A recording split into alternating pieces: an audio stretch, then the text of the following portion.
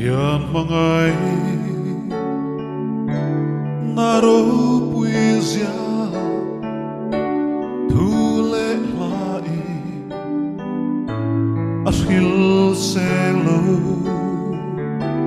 vanayasa o azausia swalhun himbe o atlengzo. Oh, hello. Kan channel thir tu ten zavain chibai kan buk chewa. Zani na hey. Mizo vocal bena ka zai pui thin te nen kan ila hun man ho kan tuma. Kan thian pa purem puya kan member pakhat ni kum khan chatuan ramin pan sana kan khu har khop maya athi cham hi kan thleng tre pa. Chumi ni wang chuang kan in mu khoma in hu khong kan rota kan zai do na ni zani na hian ti chuan kum engam mo chen to jong tro kan kum som don kan zai ho to lo wa ti hian a ban ang chuan hei helaya thu hi lalmuana ani ko no na va ko lo lalmuana ani tot mani muana an tia ani hi chinga veng ani ya chinga veng a sun an oma tuna phei chonin hei kan in hu lo kara local council member ni lua to maya kha kan sia thiam dan tur chunin kan belal pa chuka nunna ani ti thakal saka best thum zet mai kha ni lalmuana pu chu ni chelo hei leng rei ve chi hin ya ti chuan heta hian purin oma kan siat le dan tur chuan rin oma alpha tielar chin kha ni I la tam taka phua zai thiam ta poin I ala phua hi an sanuala chumi piala ma chuan musician ania studio nei thina ania tuna po hian aim ma chopa anei chole in ka ringa chumi piala ma chuan mizo vocal band a hian kan member ni in I music video kha chona lang chi alowa chumi piala ma chuan atula pianga min puya music atuma ngai pon min tum saka chua angaya zai ngai po lo zai lop chin kha nia han pa chona boy khati hun lai khana boy thin ema wangin ron chuak tam ve man lowa ma se ka soi thiam dan merin akila lung poimo kan tian kha ni ti chuan hei kanin hu lo kara purin oma hi enge har sa na te lo to ka lo the ve de lo me zani na hian ron thlenga ka threchi maya kani khu lo khop mai ke ma po accident te lo to ka reng lo hei muana hian min thil box si lo wa ani zo la lo thlowa mi thil la chang siat ve turania ti chuan a testimony ngai nom teu te po hian in ka sia a chan chin hi a accident dan te ko kan zo duwa ta chuan tlang takin kan soi lo ka nge kan hun masalam chuan tur a kan nei lo wa a chang chuan eng ting ariang tluk le ding on ve hi kan ni kan ben ho hi chu ma se pathianin min mangai ema voini thleng hian hun thamin pezel hi kan lo mani tila ha kan sei duwa tripa isak hi kan la ha ka isak mal som thunga kan la ha ka chumi kan ha chung chuanin purin oma testimony hi kan ben member ania ani hi a testimony hi ngai thak ka cha ka ke ma zok hian nangni pon in lok pui ka ringa in kom na hun ka han nei lo ka nge ma sai chi bai le te kan ti ve la tra chi bai ti chuan lok hei stand hi kan la lok ten ken bi greng bai ka chu nuam do thap lo ente kan ta fel lok ne accident chu ka lo hrepi lo mo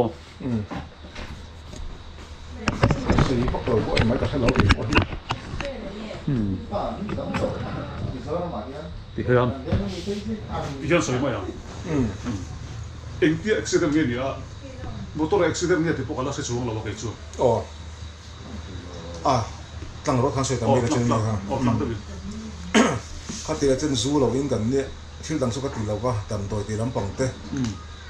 mà rồi số pastor pháp bài thì là chân biết giải phẫu là tất cả lưu tất cầu thần thôi tu tất cả đi về giải phẫu là em rồi thì mai soi phê ta kinh anh hi zarkot langwal zarkot pani ti chuan apa po pastor ania somi reverend sir ro hinga anu hin chu ka hello sila này kia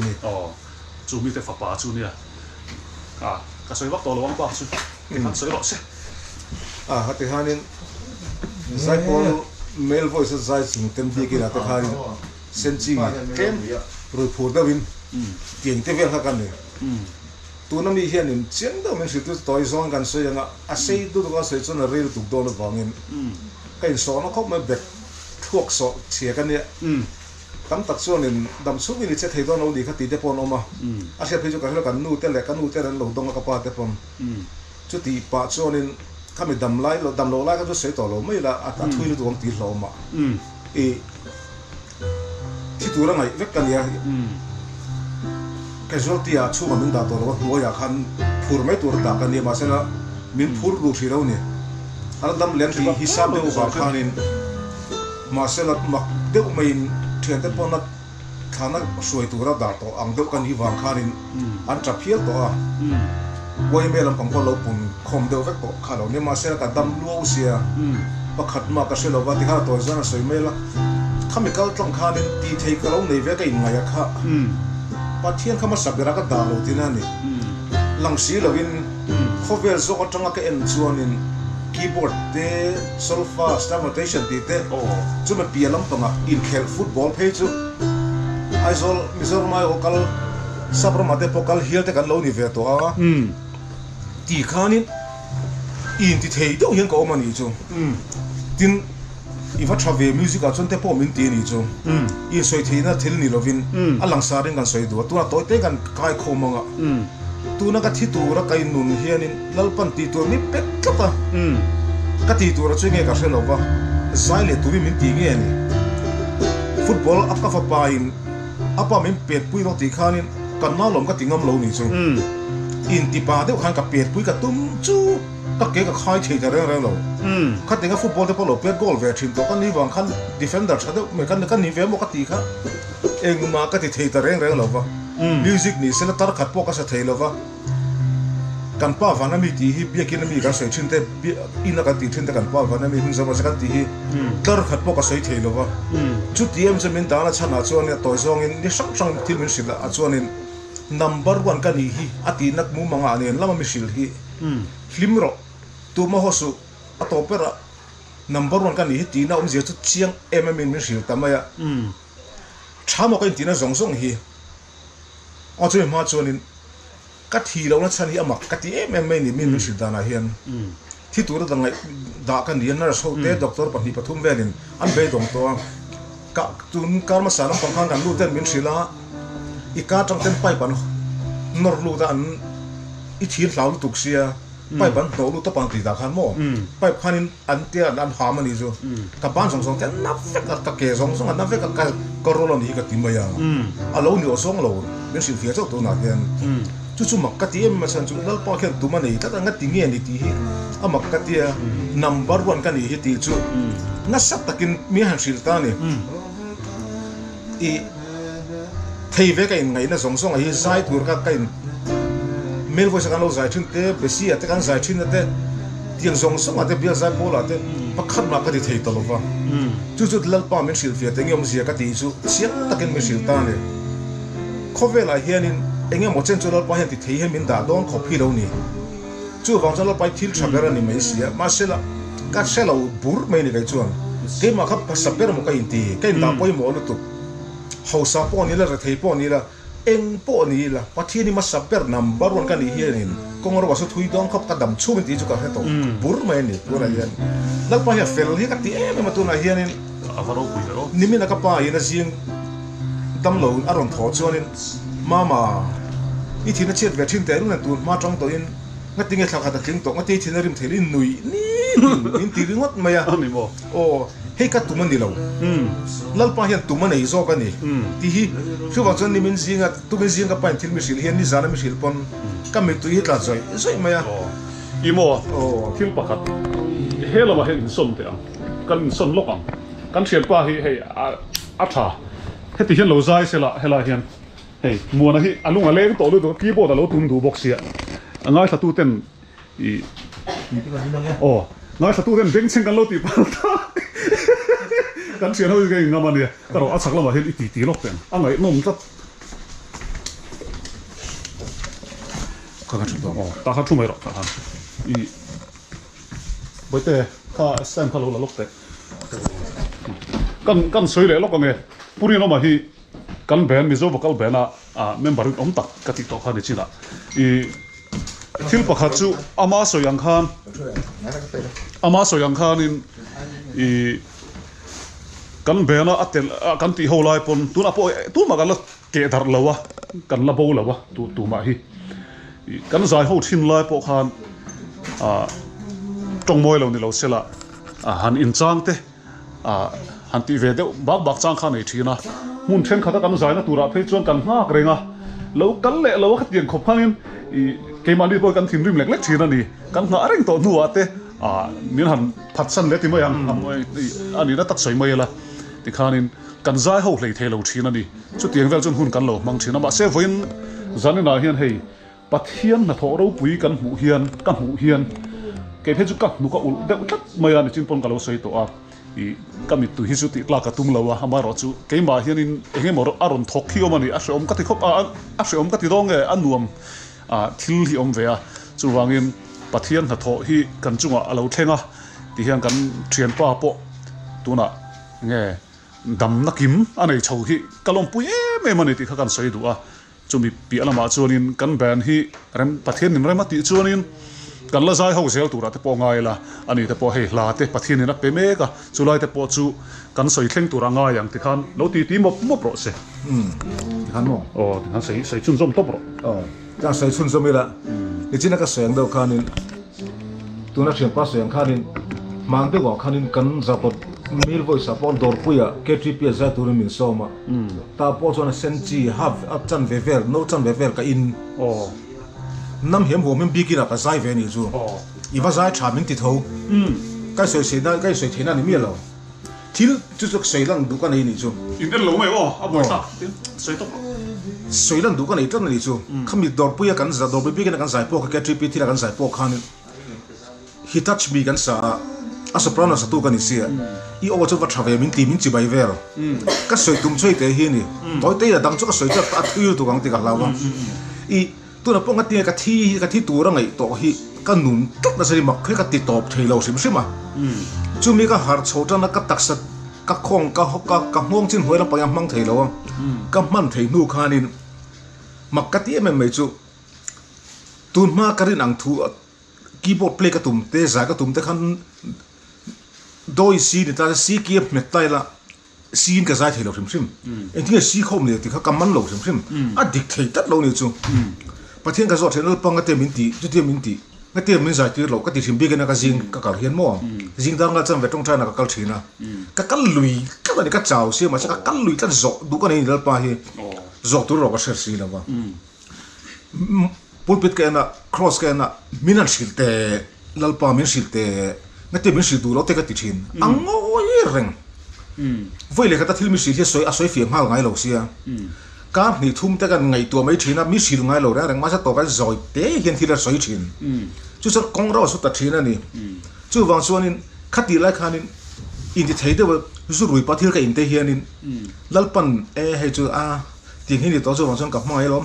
seng mai ang min ti ka ring min ti nun na san hian nge moni thila at ka kal tlang ti tu man ni chuan la pa min mangang che ka ti top mai ni chu tu na hianin I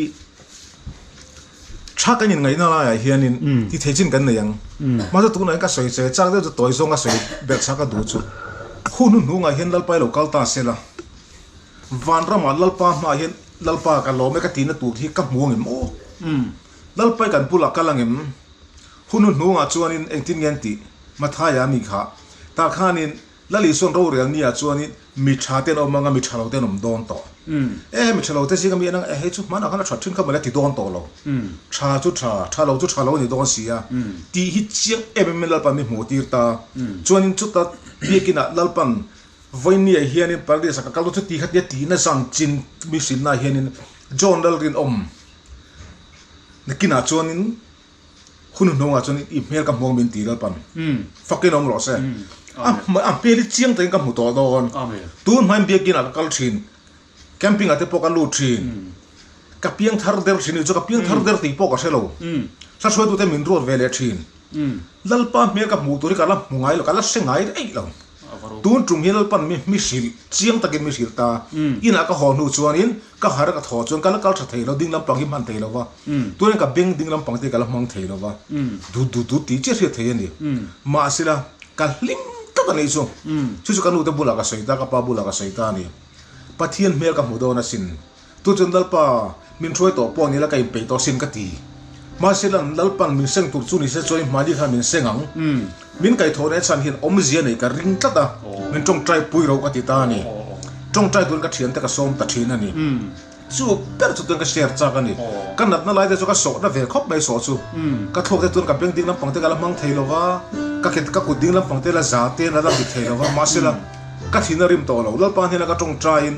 lalpa min lakian sak to ro min ti dam ro ka ti thin ma se min ti dam lo po ni la ka thina ta min chan chuak tu ni hen min man du ran ya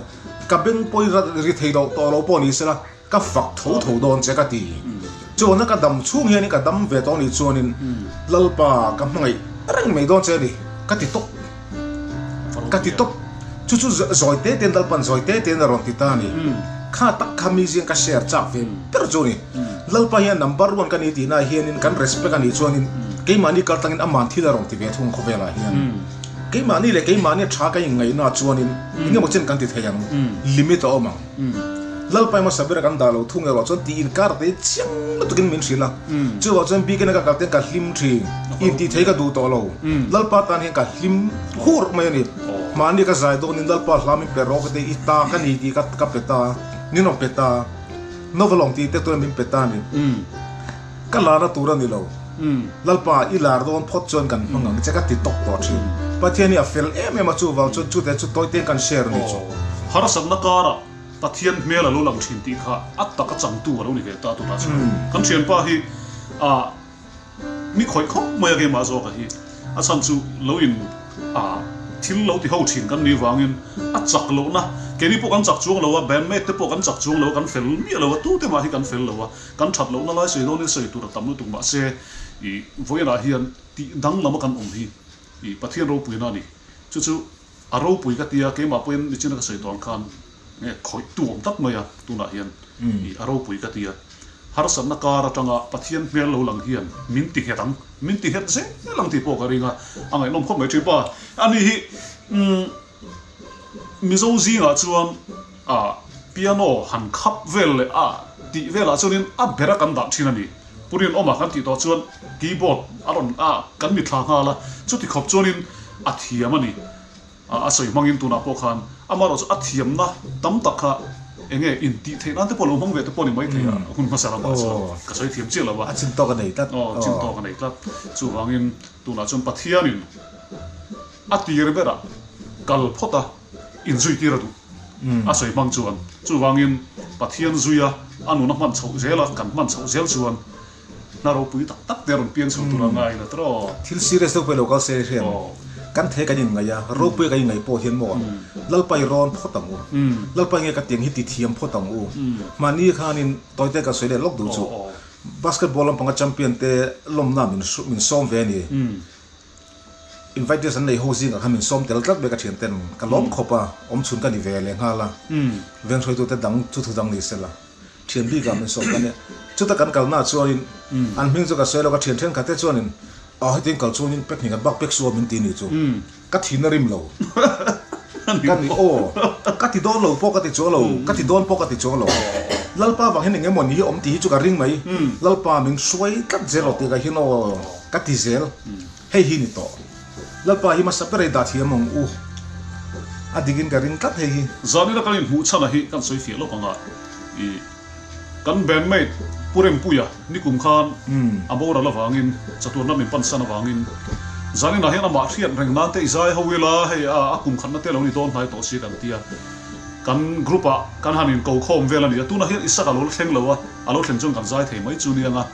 chumi kara chuan purin oma hi a thil ron message ka ron ka thon chu ka ke man aron reply na hi aro pui ka tia a pathian thu tari o sian na kan ya ral khata tangin kan nu bula ka lo so ya rino ma chu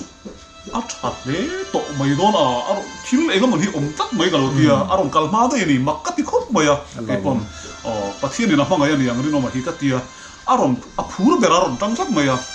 hei tharawi min sia tir kan tiang de hi ka ve tat mai ni kan nu bula po galo kan nu bula po galo sei zo chia in ron thlen ma khan ti chuan in rom thenga hai testimony nga enom deuh kala hriat mi ala I accident hi po kalo re lo ma ni ben me te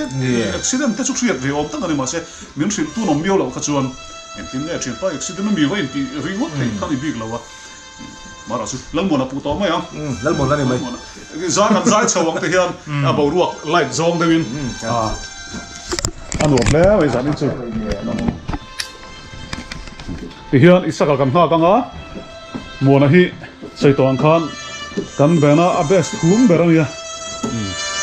ma se mu lo ka ra hela lo lian to lu tu ka boite lo hoite boite no pam sum tu boy lo le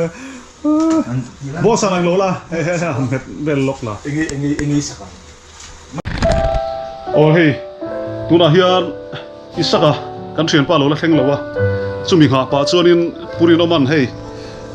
keyboard and play tang tanga cái lo zai ve langa du le mo nan guitar lo zut chuai anga kan la ti chin bi lo wa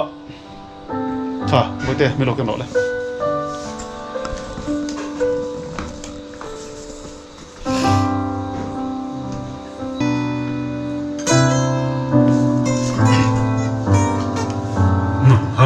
hello isaka lo hana isu ka ho ai che ka tai ni ti kha lo sai la zang na hian kan zinga purem puya kan thian pa om lo hi se om pho moya chatuan ram min pan sam ta kan ngai em mai ni vana tang hian a kan zai te po mi lo zom tura kan ngai mo ringila mi lo thir ve reng ring riau mani loka hei helai huna ni kan zai ho wa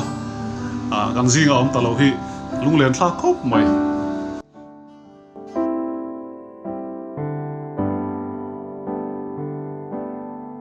Isu damai je kata ini iming vangin ka sual zongka alsare Katlan tu kacandam upo ini mana ain tuna gamangai zokce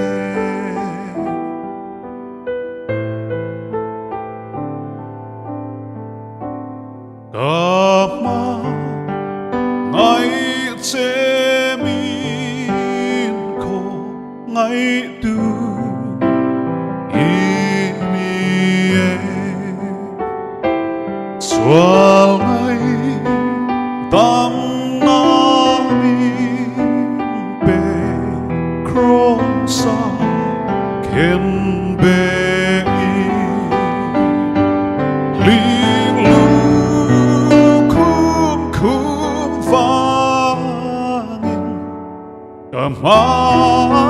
Mangai ache mana ain tuna gamangai sokche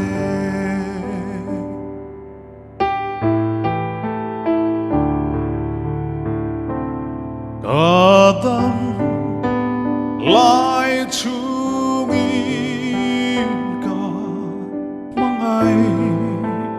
vô vắng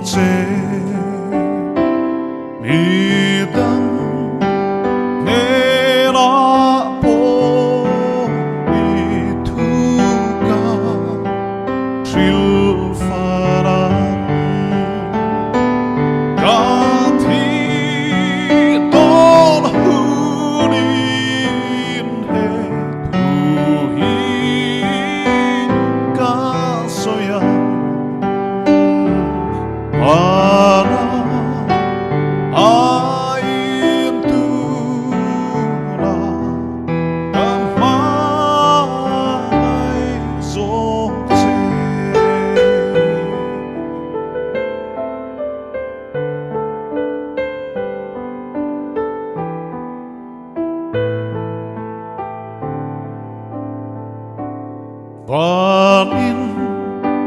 nuam taka chuan kalo ken huni ropui na le lo na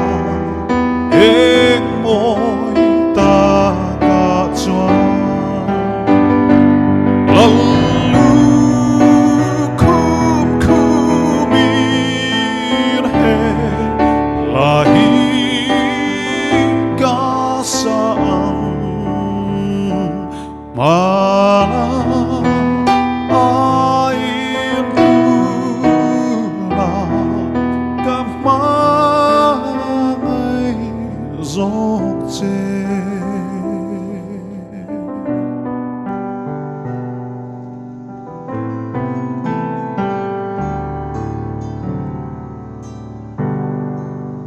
zanin kan hun man tur chu hei kan zai ho na tur chu ti zia hle me he ka chaka khianin videographer lar berpol milestone picture ron thleng hlau mai video min lak sak tu tur kan nei do ne zanin chu van nei tha hle mai local ro ka ti reng lo zanin hiala ron leng hei pu le thili arel felvel ka kani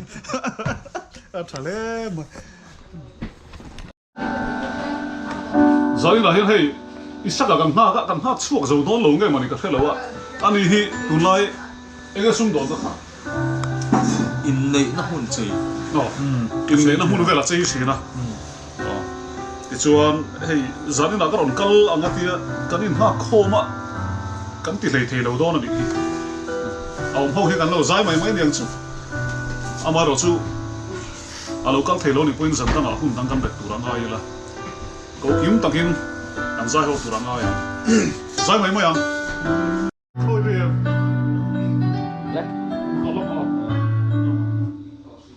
đùa mẹ lối việc là ti chat ta da ni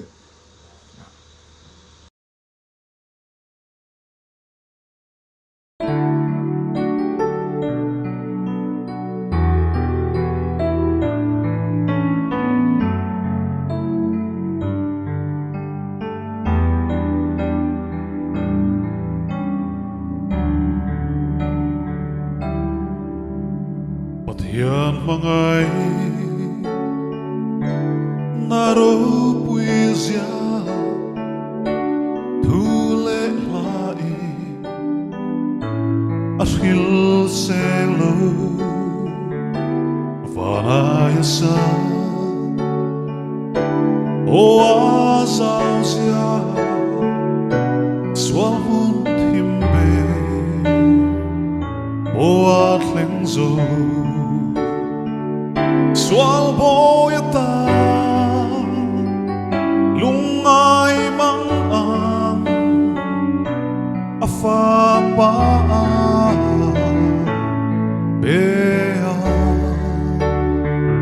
boral fate wana be an swalangay damta Afatuke, afasame, patian mangai, maju, satuan poi, racuai donde, angel varte, laju.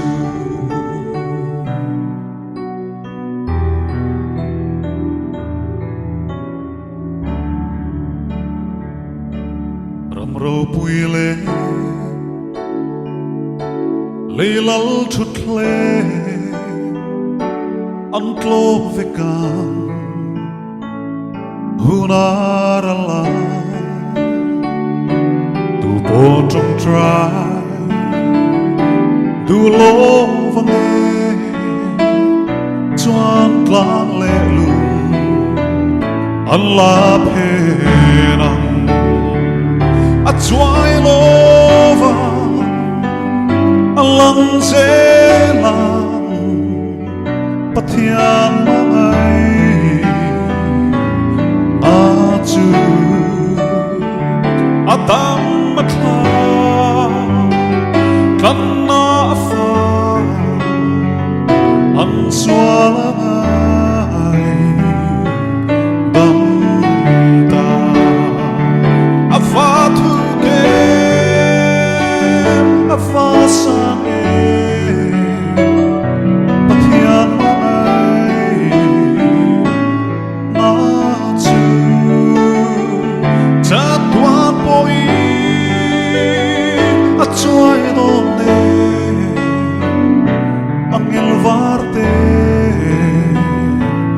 la chu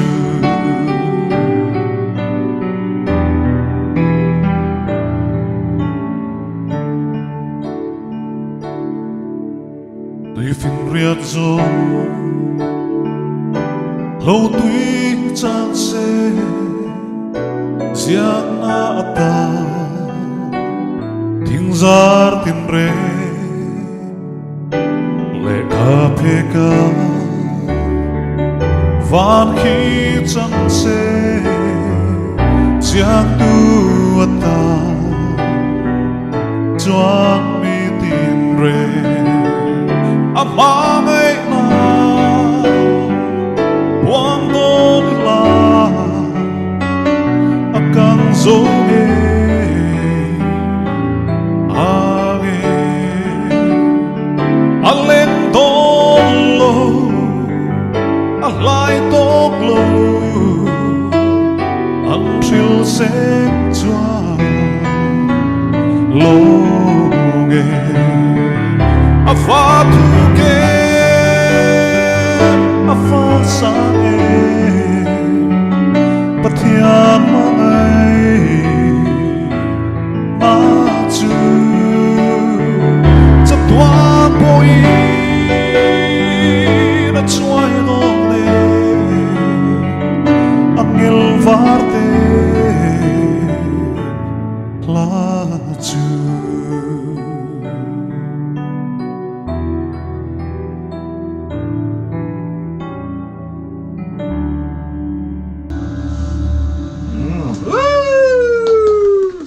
moi tu zanin chu kan hun man kan du tok mai anga hei kan ben ho kan in bu khoma ti tur fak kan kheta lo ni isaka lo kan si lo wa mo le lam lok mai do mo mo le lam lok se la một con lấy một số lòng cắt tổng số in bu khom huna ti hian kan hla te kan hla hui then khat te kan om sa suak zel turanga yela chuan ni danga nè rem cha ha saber ami lo thile do nia in zawain bye bye ule về